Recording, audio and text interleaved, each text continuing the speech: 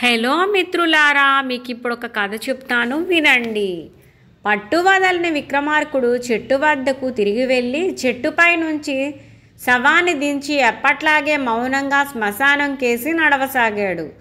అప్పుడు శవంలోని బేతాళుడు, రాజా, అపాయం ఉన్నప్పుడు రక్షించిన వారి పట్ల కృతజ్ఞత ఎవరికైనా విద్యుద్ధర్మమే, కానీ అమృతవర్షిణి అనే అవంతి రాకుమారిని తనని కాపాడిన వ్యక్తి పట్ల కృతజ్ఞత చూపకపోవడం అహంభావంతో స్వార్థ ప్రయోజనానికే ప్రాధాన్యతనిచ్చింది. శ్రమ తెలియకుండా ఉండేందుకు నీకు ఆ కథ చెబుతాను విను అంటూ ఇలా చెప్పసాగాడు. అవంతి రాజ్యంలో జింకలమిట్ట అనే గ్రామంలో ఉండే ప్రదీపుడు అనే యువకుడు ధైర్య సాహసాలు గలవాడు. గుర్రపు స్వారీలోనూ యుద్ధ విద్యల్లోనూ ఆరితేరినవాడు. అవంతి సైన్యంలో ఉపదళాధిపతిగా ఉండి వైభవంగా జీవించిన తన ముత్తాతలాగా తను కూడా సైన్యంలో చేరి ఎదగాలని ప్రదీపుడు ఉబలాట పడేవాడు. ఇలా ఉండగా అవంతిరాజు విక్రమసింహుడు కుమార్తె అమృతవర్షిణి రాత్రి సమయంలో తన సైన్య మందిరంలో పవలించి ఉండిన పాన్పుతో సహా అదృశ్యమైంది. రాజు దీనిపై విచారించగా ఎవడో మాంత్రికుడు ఆమెని దక్షిణ సముద్రంలో మకర ద్వీపంలో ఉంచినట్టు తెలిసింది. తన కుమార్తెను తీసుకురాగలిగిన వాడికి కోరిన బహుమతి ఇస్తామని రాజు చాటింపు వేయించాడు. అంత దూరం వెళ్ళి మాంత్రికుడితో తలపడ్డానికి రాజ్యంలో ఎవ్వరూ ముందుకు రాలేదు. రాజుగారి ప్రాపకం సంపాదించాలని ప్రదీపుడు ఆ సాహసం చేయడానికి సిద్ధపడ్డాడు.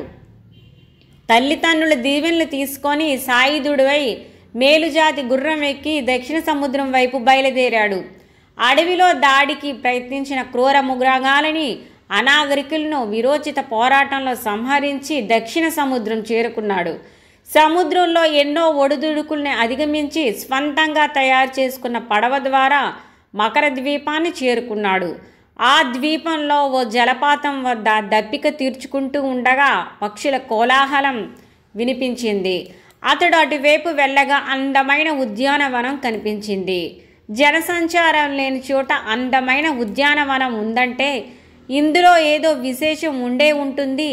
మాంత్రికుడు రాకుమారిని ఉంచిన ప్రదేశం ఇదేనేమో అనుకుంటూ ప్రదీపుడు తోటలోకి ప్రవేశించాడు.